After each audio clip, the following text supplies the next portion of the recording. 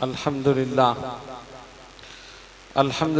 رب العالمین والصلاة والسلام علی من کان نبیا و آدم بین الماء والطین وعلی آلہ و اصحابہ اجمعین اما بعد فاعوذ باللہ من الشیطان الرجیم بسم اللہ الرحمن الرحیم الف لام میم ذالک الکتاب لا ریب فیہ ھدی للمتقین صدق اللہ العظیم۔ بارگاہ رسالت میں درود پاک کا نذرانہ پیشی۔ اللہم صلی علی سیدنا مولانا محمد وعلی آل سیدنا مولانا محمد صلاة دائمة بدوام الملک الحی القیوم۔ صدیق عکس حسن جمال محمد فاروق ذل جاہ جلال محمد عثمان ضیاء شم جمال محمد حیدر بہار باغ خصال محمد من علینا ربنا اذ بعث محمد ایدہ بایدہ ایدنا باحمد ارسلہ مبشرا ارسلہ ممجدا صلو علیہ دائما صلو علیہ سرمدا صلی اللہ علی النبی الامی وعلیہ صلی اللہ علیہ وسلم صلاة و سلاما علیک یا سیدی یا رسول اللہ۔ مخدوم محترم مخدوم زادہ سید محبوب اشرف جیلانی دامت برکاتہم العالیہ، میرے استاد گرامی حضرت حافظ عبدالہادی صاحب دامت برکاتہم العالیہ و حاضرین محفل، السلام علیکم ورحمۃ اللہ وبرکاتہ۔ وقت کافی ہو چکا ہے اور اب ہماری یہ محفل اختتام کی جانب رواں ہے۔ کوشش کروں گا کہ مختصر سے وقت میں اپنی گزارشات آپ کے سامنے پیش کروں۔ وما توفیقی الا باللہ العلی العظیم۔ ختم قرآن کی محفل ہے، پہلی شب قدر ہے اور یہ رات ساری رحمتیں اور برکتیں لے کر جمع ہو گئی۔ یقیناً جو لوگ یہاں پر حاضر ہیں وہ اس کے تمام فیوز و برکات سے مستفید ہوں گے۔ قرآن مجید فرقان حمید کی ایک آیت مبارکہ تلاوت کرنے کا شرف حاصل کیا۔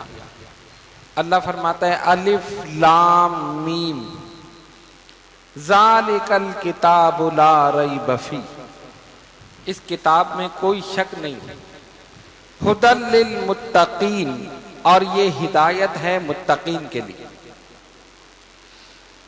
الف لام میم حروف مقطعات ہیں، آپ جانتے ہیں اس کے معنی اللہ جانتا ہے یا رسول اللہ جانتے ہیں صلی اللہ علیہ وسلم، تیسرا کوئی نہیں جانتا۔ ہمیں یہ غور کرنا ہے کہ قرآن ہے کیا۔ کبھی اس بات پر غور کیا کہ قرآن کیا ہے؟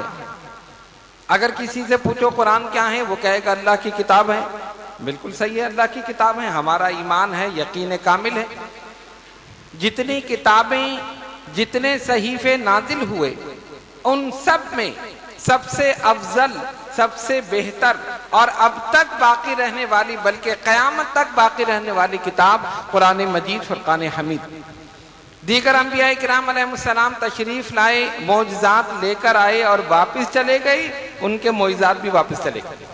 کسی نبی کا معجزہ اب اس دور میں باقی نہیں، لیکن یہ شان ہے میرے آقا جناب محمد رسول اللہ صلی اللہ علیہ وسلم کی کہ سرکار جو قرآن لے کر آئے وہ آج بھی باقی ہے، قیامت تک باقی رہے۔ دین اسلام کی حقانیت کے لیے یہی بات کافی ہے کہ جو کتاب روز اول میں نبی پاک علیہ السلام پر نازل ہوئی بے عین ہی اسی طرح آج موجود ہے اور قیامت تک اسی طرح موجود رہے گی۔ جب ہم غور کرتے ہیں کہ قرآن کیا ہے، حقیقت میں قرآن اللہ اور اس کے رسول صلی اللہ علیہ وسلم کے درمیان کی گئی باتیں ہیں۔ اللہ نے اپنے حبیب سے جو باتیں کی وہی قرآن۔ دو آدمی مل کر باتیں کرتے ہیں نا، گفتگو کرتے ہیں، ایک بڑا ہوتا ہے ایک چھوٹا ہوتا ہے.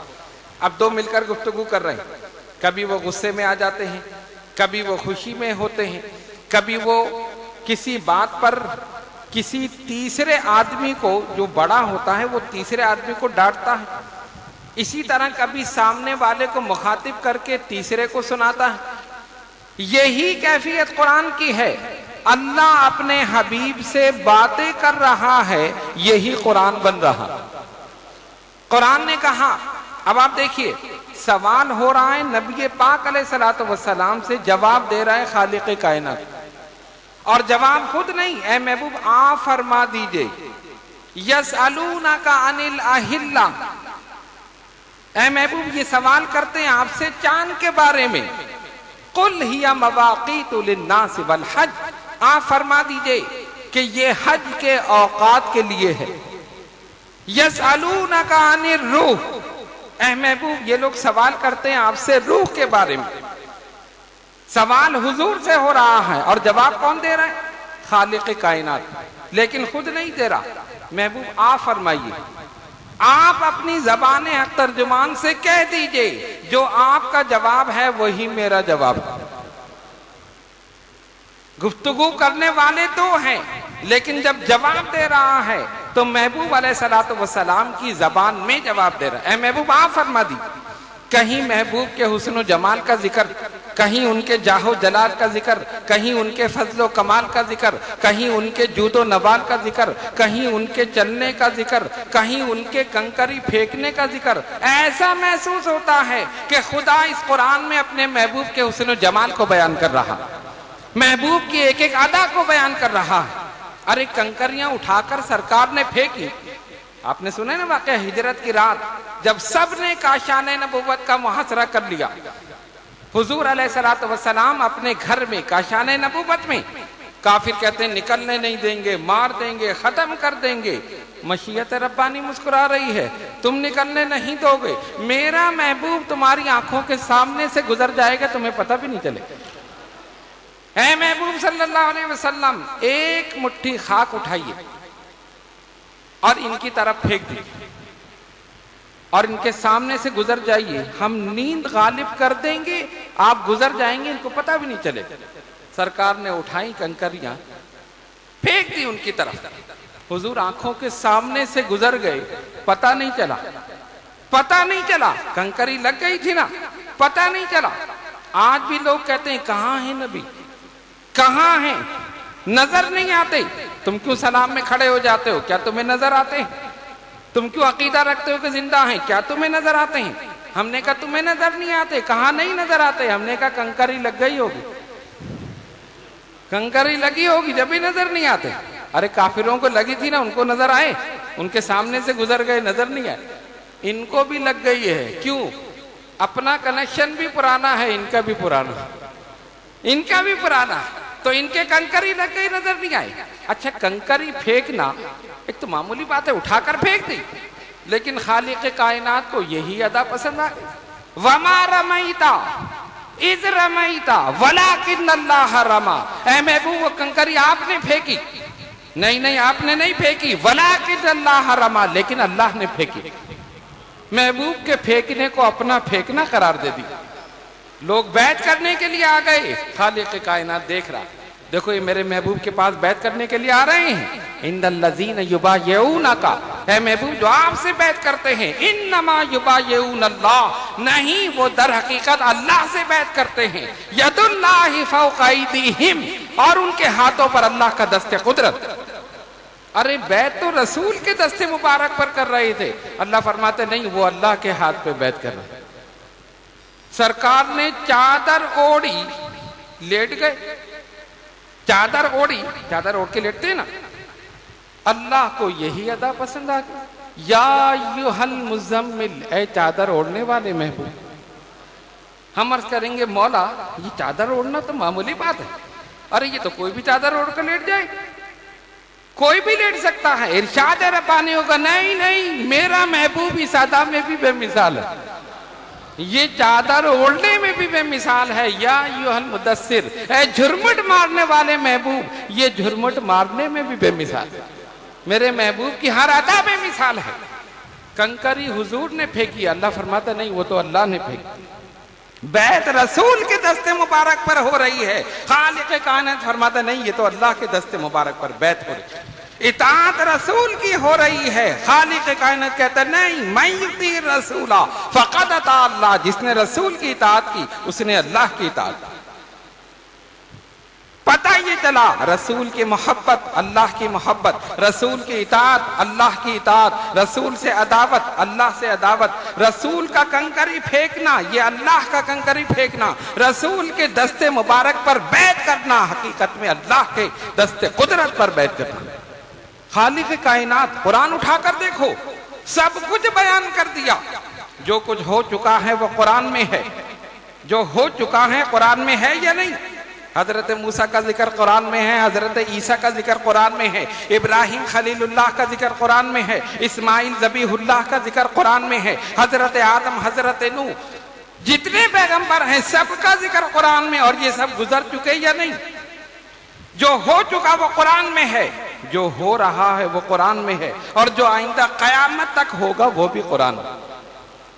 کتنی مخلوقات پیدا کی، بڑی سے بڑی مخلوق کا ذکر قرآن میں ہے. سب سے بڑی مخلوق کون سی جسامت کے اعتبار سے؟ کون سا جانور؟ کون سے جانور؟ ہاتھی. ہاتھی ہے یا نہیں؟ کبھی سواری کی ہے؟ گاندھی گارڈن میں جا کر بیٹھے نہیں؟ پتہ نہیں اب چل بھی رہا ہے نہیں چل رہا بیچارہ. ہاتھی سورہ فیل ہے یا نہیں؟ اور سب سے چھوٹی مخلوق کیا ہے؟ چیونٹی سورہ نمل ہے یا نہیں؟ بڑی سے بڑی چیز کا ذکر قرآن میں، چھوٹی سے چھوٹی چیز کا ذکر قرآن میں، مقدس دنوں کا ذکر قرآن میں، مقدس راتوں کا ذکر قرآن میں، جنوں کا ذکر قرآن میں، انسانوں کا ذکر قرآن میں، فرشتوں کا ذکر قرآن میں، سب سے بڑھ کر نبی پاک علیہ الصلوۃ والسلام کی ہر ادا کا ذکر قرآن میں. قرآن ہے کیا؟ اللہ اپنے محبوب سے باتیں کر رہا ہے. کبھی محبوب کے حسن و جمال کو بیان کرتا ہے، کبھی جاہ و جلال کو بیان کرتا ہے، کبھی فضل و کمال کو بیان کرتا ہے، کبھی جود و نوال کو بیان کرتا ہے. محبوب اگر رات میں زیادہ عبادت کر لیں، خالق کائنات کہتا ہے یا ایھا المزمل قم اللیل الا قلیلا، اے محبوب زیادہ عبادت نہ کریں، کوئی دیر آرام بھی تو فرما دے. ارے محبوب کی اداؤں کو دیکھ رہا ہے، کبھی چادر اوڑھنے کو ذکر کرتا ہے، کبھی جھرمٹ مارنے کو ذکر کرتا ہے، کبھی کنکری پھینکنے کو ذکر کرتا ہے. اور وہ محبوب ہے ہی ایسا کہ جس کی ہر ادا نرالی، جس کی ہر ادا نرالی ہے. روایت میں آتا ہے سرکار دو عالم علیہ الصلوۃ والسلام ایک مقام پہ تشریف لے گئے، دیکھا ایک قافلہ آ گیا. اس قافلے میں اونٹ تھے، اور اس زمانے میں اونٹ کی بڑی اہمیت تھی، سواری کے لیے بھی استعمال ہوتا تھا، اس کو ذبح کر کے کھاتے بھی تھے، اور بہت ساری چیزیں تھیں. سرخ اونٹ کی بڑی قیمت ہوتی تھی. سرکار دو عالم علیہ الصلوۃ والسلام پہنچے، دیکھا کہ قافلہ ٹھہرا ہوا ہے، اس میں اونٹ ہیں، کیا تم لوگ بیچو گے؟ ہاں بیچیں گے. ایک اونٹ اس میں سے پسند کر لیا، سرخ رنگ کا اونٹ نبی پاک علیہ الصلوۃ والسلام نے پسند کر لیا. کیا قیمت ہے؟ انہوں نے قیمت بتائی. فرمایا ابھی میرے پاس پیسے نہیں ہیں، میں جاتا ہوں اور گھر جا کر پیسے تمہیں بھیج دیتا ہوں، اونٹ مجھے دے دو. کہا ٹھیک ہے ہم لے جاتے ہیں. ٹھیک ہے آپ لے جائیے. حضور علیہ الصلوۃ والسلام نے اس کی رسی پکڑی، اونٹ کی، وہی سرخ اونٹ جو پسند کیا تھا، لے کر کاشان نبوت کی جانب چلے گئے. جب سرکار دو عالم علیہ الصلوۃ والسلام چلے گئے، اب وہ تاجر جو تھے جو اونٹ لے کر آئے تھے، ایک دوسرے سے پوچھا کہ یہ جو آدمی آیا تھا اس کو تم جانتے ہو؟ کہا نہیں ہم تو نہیں جانتے. ارے عجیب آدمی، بغیر جانے انون آدمی تم نے سرخ اونٹ دے دیا. اس کا پتہ کوئی معلوم ہے؟ اس کا گھر معلوم ہے؟ کہا نہیں ہمیں تو نہیں معلوم. اب ان کی گفتگو سنو اور اپنے ایمان کو تازہ کرو.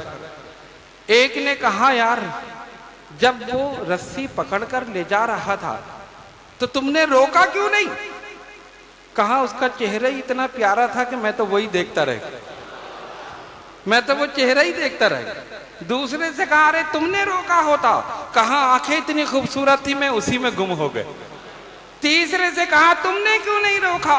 کہا جب وہ بولتا تھا الفاظ ایسے جھڑتے تھے جیسے موتی جھڑ رہے ہیں، میں اسی میں گم ہو گیا، میں تو یہی سوچتا رہ گیا، میں نہیں روک سکا۔ قافلے کا سردار حیران ہے، کیسے لوگ ہو تم؟ اتنا قیمتی اونٹ دے دیا، اس نے پیسے بھی نہیں دیے، اور اس نے کہا میں گھر جا کے بھیجوں گا، اگر نہیں بھیجے تو کیا ہوگا؟ کوئی ضمانتی ہونا چاہیے نا، اگر کوئی کسی کو نہ جانتا ہو تو اس کے لیے ضمانتی ہونا چاہیے، بھئی آپ مجھے نہیں جانتے، یہ صاحب میری ضمانت دیں گے۔ وہ کہا ٹھیک ہے، اگر یہ نہیں آیا تو ہم تم سے پیسے لیں گے۔ ہم نے تو کوئی ضمانت بھی نہیں لی، اور تم لوگوں نے بھی نہیں کہا چہرہ ہی اتنا پیارا تھا کہ میں تو دیکھتا ہی رہ گیا۔ اب یہ لوگ یہی گفتگو کر رہے تھے کہ جو قافلے کا سردار تھا اس کی بیوی خیمے میں بیٹھی ہوئی تھی، اس نے خیمے کا پردہ ہٹایا اور کہا سنو، اگر اس نے قیمت نہیں دی تو میں دوں گی، میں دوں گی۔ سردار نے پوچھا تو جانتی ہے اس کو؟ کہا جانتی تو میں بھی نہیں، جانتی تو میں بھی نہیں ہوں، پھر کیسے ضمانت دے رہی ہے؟ کہا چہرہ اتنا پیارا تھا، خدا کی قسم جھوٹے کا چہرہ ہو ہی نہیں سکتا۔ جب اس نے کہا ہے کہ میں قیمت بھیجوں گا، یقیناً وہ بھیجے گا، اور نہیں بھیجا تو میں اپنے پاس سے دوں گا۔ تم نے کہاں سے دیکھ لیا؟ جب تم اس سے گفتگو کر رہے تھے میں نے پردہ ہٹا کر ایک جھلک دیکھی تھی، میں تو 100 جان سے قربان ہوں۔ وہ چہرہ ہی ایسا ہے، جس نے دیکھا قربان ہو گیا۔ تو خالق کائنات کا محبوب بھی تو محبوب ہی ہوگا۔ ارے دنیا والے اپنے محبوب میں کوئی نقص برداشت نہیں کرتے اگرچہ نقص ہوتا ہے، کوئی کمی نہیں دیکھنا چاہتے اگرچہ کمی ہوتی ہے، کوئی برائی دیکھنا نہیں چاہتے اگرچہ برائی ہوتی ہے، اور جس کا محبوب ہی برائیوں سے، کمی سے، نقائص سے، عیوب سے پاک ہو، اس کی شان کیا ہو؟ یہ شان ہے نبی پاک علیہ الصلوۃ والسلام۔ تو وہ اس پورے قرآن میں اپنے محبوب سے باتیں کر رہا۔ اگر کوئی محبوب کی شان میں گستاخی کرتا ہے، محبوب آپ نہیں بولیے، میں آپ کی طرف سے بولوں۔ ابو لہب نے کہہ دیا معاذ اللہ ثم معاذ اللہ، اے محمد صلی اللہ علیہ وسلم تیرے دونوں ہاتھ ٹوٹ جائیں، تو نے اس لیے ہمیں بلایا تھا؟ جب سرکار نے تبلیغ کی، دین اسلام کی بات بتائی، خالق کائنات اسی وقت وحی ربانی نازل کرتا ہے، اے محبوب آپ کو بولنے کی ضرورت نہیں ہے، ہم جواب دیں گے۔ جبریل جاؤ اس بدبخت کو یہ پیغام سنا دو، یہ جو میرے محبوب کی شان میں گستاخی کر رہا ہے، تبت یدا ابی لہب وتب۔ ارے میرے محبوب کے ہاتھ کیوں ٹوٹے ابو لہب، تیرے دونوں ہاتھ ٹوٹ جائیں۔ اور صرف یہی نہیں کہا بلکہ پوری سورت اس کی اور اس کی بیوی کی مذمت میں نازل کر دی۔ گستاخی حضور کی شان میں ہو رہی ہے، جواب خالق کائنات دے رہا۔ محبت کوئی ان سے کر رہا ہے، اس کو صلہ خالق کائنات دے رہا۔ جب ایک صحابی کی آواز بلند ہوئی اور خالق کائنات نے ایک قانون بنا دیا، یا ایھا الذین آمنوا لا ترفعوا اصواتکم فوق صوت النبی، اے ایمان والو نبی علیہ السلام کی آواز پر اپنی آوازوں کو بلند نہ کرو، ولا تجہروا لہ بالقول کجہر بعضکم لبعض ان تحبط اعمالکم وانتم لا تشعرون، ایسے کہ جیسے تم آپس میں گفتگو کرتے ہو، اگر تم اسی طرح کرتے رہے تمہارے عمل برباد ہو جائیں گے، تمہیں پتہ بھی نہیں چلے گا۔ تو کیا ہوا؟